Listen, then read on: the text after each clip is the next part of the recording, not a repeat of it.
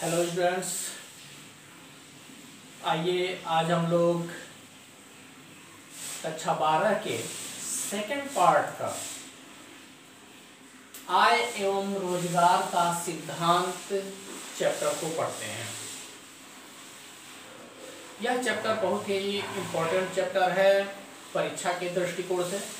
इसके पहले एक और चैप्टर हुआ करता था समग्र मांग एवं समग्र पूर्ति, लेकिन उसको सिलेबस से इस साल के लिए बाहर कर दिया गया है। तो हम लोग सीधे रोजगार एवं आय का सिद्धांत पढ़ेंगे। इस रोजगार एवं आय के सिद्धांत में हम लोग देखेंगे कि पहले के अर्थशास्त्री यानी कि परंपरावादी अर्थशास्त्रियों का क्या दृष्टिकोण था, क्या सिद्धांत था, और नवीन अर्थशास्त्रियों का क्या दृष्टिकोण रहा है।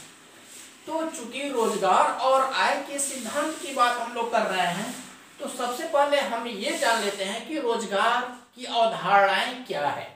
सबसे पहले हम देखते हैं कि पूर्ण रोजगार क्या होता है। पूर्ण रोजगार का तात्पर्य है कि दिए हुए मजदूरी दर पे जो हमारे वहां कार्य क्षमता है यानी कि कार्य करने योग्य लोग हैं उनको रोजगार मिल जा रहा है, तो हम कहेंगे कि पूर्ण रोजगार की स्थिति है। मजदूरी का स्तर दिया हुआ होता है। फिर हम देखेंगे अल्प रोजगार का क्या तात्पर्य है। अल्प रोजगार का तात्पर्य होता है कि जितनी हमारी क्षमता है कार्य करने की, उतनी क्षमता पर हम कार्य न करके बहुत कम क्षमता वाला कार्य कर रहे हैं। जैसे आप देखते होंगे कि इंजीनियर बन गया है कोई और छोटा मोटा काम कर रहा है, तो भाई उसकी क्षमता तो जो है इंजीनियर का था, इंजीनियर की क्षमता इंजीनियर का कार्य करने का था, लेकिन छोटे मोटे कार्य को कर रहा है, तो उसको हम कहेंगे अल्प रोजगार की स्थिति में है। रोजगार में है लेकिन अल्प रोजगार की स्थिति में है। फिर आते हैं बेरोजगारी। बेरोजगारी क्या होती है? बेरोजगारी का तात्पर्य होता है कि दिए हुए मजदूरी स्तर पर यदि कोई व्यक्ति कार्य करना चाहता है फिर भी उसे कार्य नहीं मिल रहा है, ऐसी स्थिति को ही बेरोजगारी हम कहते हैं। अब ये बेरोजगारी कई प्रकार के होते हैं। जैसे पहला है स्वैच्छिक बेरोजगारी। स्वैच्छिक नाम से ही पता चल रहा है कि अपने इच्छा से, यानी कि कोई व्यक्ति कार्य तो है लेकिन कोई व्यक्ति कार्य ही नहीं करना चाहता है, तो भाई काम नहीं कर रहा है तो बेरोजगार है। लेकिन इस प्रकार की बेरोजगारी को स्वैच्छिक बेरोजगारी कहेंगे। क्यों? क्योंकि वह स्वयं ही कार्य नहीं करना चाहता। जैसे आप देखेंगे अपने आसपास भी देख लेंगे, रईसजादों के घरों के लोग होते हैं जो कार्य करना ही नहीं चाहते हैं, सोचते हैं कि माँ बाप ने इतना कर दिया है, सभी लोगों को क्या जरूरत है काम करने की, कुछ खाने पीने वाला भी चाहिए। फिर है अनैच्छिक बेरोजगारी। अनैच्छिक बेरोजगारी का तात्पर्य है कि व्यक्ति कार्य तो करना चाह रहा है, दिए हुए मजदूरी स्तर पे कार्य करना चाह रहा है, लेकिन फिर भी उसको कार्य नहीं मिल पाता है। प्रतिदिन जो है चौराहे पे जाता है काम के तलाश में, और वह जो है समय से कार्य नहीं मिलता है और वापस चला आता है। तो इस प्रकार की बेरोजगारी अनैच्छिक बेरोजगारी होती है, और वास्तव में इसी को हम बेरोजगारी दर कहेंगे, बेरोजगारी का स्थिति कहेंगे। इस बेरोजगारी की स्थिति को दो स्तर पे हम देख लेते हैं अपने देश में जो व्यापक स्तर पे फैला हुआ है। पहला है संरचनात्मक बेरोजगारी। संरचनात्मक बेरोजगारी क्या होती है कि जब देश की संरचना में परिवर्तन होता है, यानी कि तकनीक में जब परिवर्तन होता है, ऐसी दशा में कुछ लोग बेरोजगार रह जाते हैं। इस प्रकार की बेरोजगारी को ही संरचनात्मक बेरोजगारी कहते हैं।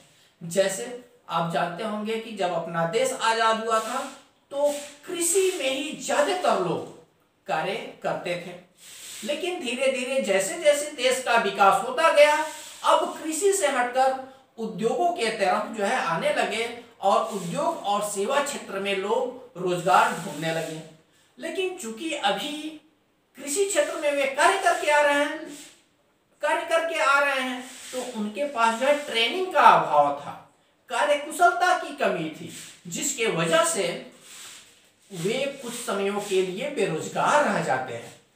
तो इस प्रकार की बेरोजगारी को ही हम संरचनात्मक बेरोजगारी कहेंगे, क्योंकि देश के संरचना में परिवर्तन आने की वजह से वे बेरोजगार हुए हैं। अन्यथा कृषि में तो उनको रोजगार था ही, लेकिन कृषि का योगदान राष्ट्रीय आय में कम होता गया। जो है जैसे जैसे देश का विकास होता गया, कृषि का योगदान राष्ट्रीय आय में कम होता गया, जिसके कारण वे जो है अब नए जगहों पर जो है रोजगार की तलाश में जाने लगे। इसके बाद आता है घर्षणात्मक बेरोजगारी। यह अक्सर विकसित देशों में देखने को मिलता है। घर्षणात्मक बेरोजगारी का तात्पर्य है कि अक्सर आप बड़े बड़े शहरों में देख लेंगे, जब एक व्यक्ति एक कंपनी को छोड़ करके दूसरी कंपनी में जाता है तो कुछ समयों के लिए वह बेरोजगार हो जाता है। जैसे एक कंपनी में काम कर रहा था, उसको या तो वह छोड़ देता है या निकाल दिया जाता है, तो वह काम का तलाश दूसरी कंपनियों में करने लगता है। तो कुछ समयों के लिए, भाई काम के तलाश में कुछ समय लगेगा ना, तो उस दौरान वह जो है बेरोजगार रह जाता है, और उस प्रकार के बेरोजगारी को ही घर्षणात्मक फ्रिक्शनल बेरोजगारी, अनएम्प्लॉयमेंट कहते हैं। अब आइए हम देख लेते हैं परंपरावादी दृष्टिकोण क्या है बेरोजगारी का। बेरोजगारी का परंपरावादी दृष्टिकोण क्या है? बेरोजगारी का परंपरावादी दृष्टिकोण मुख्य रूप से प्रोफेसर जे बी से ने दिया है।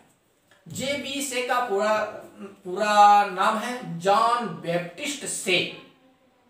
यह बहुत बड़े अर्थशास्त्री थे और इन्हीं के अवधारणा के अनुसार पहले आर्थिक व्यवस्था का संचालन हुआ करता था, लेकिन एक समय आया जिसमें वह आर्थिक व्यवस्था चूर चूर हो गया, आर्थिक व्यवस्था धराशायी हो गई, जिसके वजह से जो है नवीन विचारधारा सामने आया। अब हम देखते हैं कि परंपरावादी दृष्टिकोण क्या था और किस आधार पर जो है अर्थव्यवस्थाएं चला करती थी। इनका जॉन बैप्टिस्ट से का एक लाइन में कहना था कि supply create its own demand, यानी कि आपूर्ति करते जाइए, उसकी मांग स्वतः हो जाएगा। इसी अवधारणा पर कुछ पॉइंट निकले हुए हैं, जिसमें देखेंगे मांग एवं पूर्ति में स्वतः संतुलन।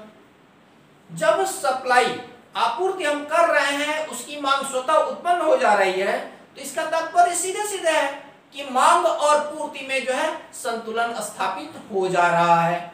ये परंपरावादी अर्थशास्त्री जॉन बैप्टिस्ट से का कहना था। दूसरा पॉइंट निकल आता है कि बेरोजगारी नहीं होती। इनका कहना है कि अर्थव्यवस्था को स्वतः कार्य करने दिया जाए, बेरोजगारी वाली कोई बात ही नहीं आ सकती। अब जो है बेरोजगारी की स्थिति क्यों नहीं आएगी?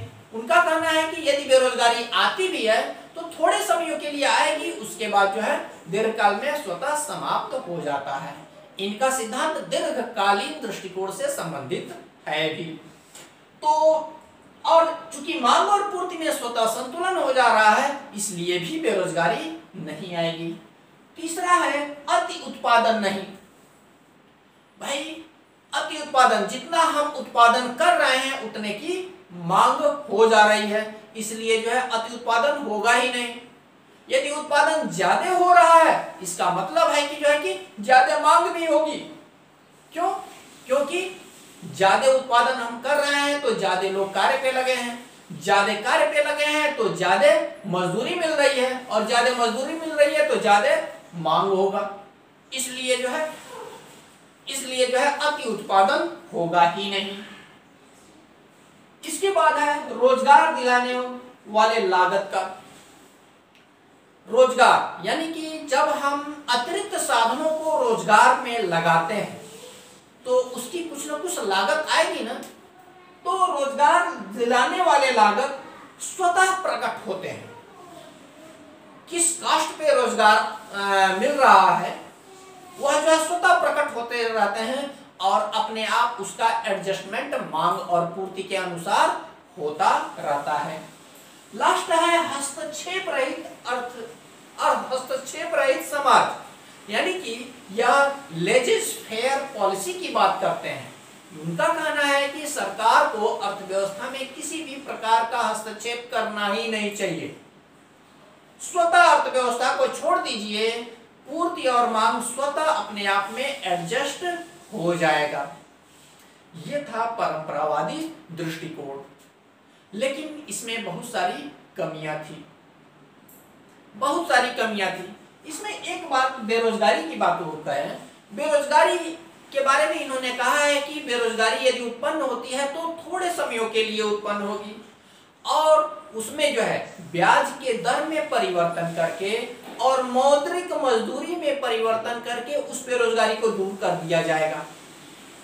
बाद में देखने में आया कि ब्याज के दर में परिवर्तन करके भी और मौद्रिक मजदूरी में भी परिवर्तन करके बेरोजगारी को दूर नहीं किया जा सका, चूंकि 1929 के पहले इसी विचारधारा पे हमारी पूरे विश्व की अर्थव्यवस्था कार्यरत थी, जिसका परिणाम क्या हुआ?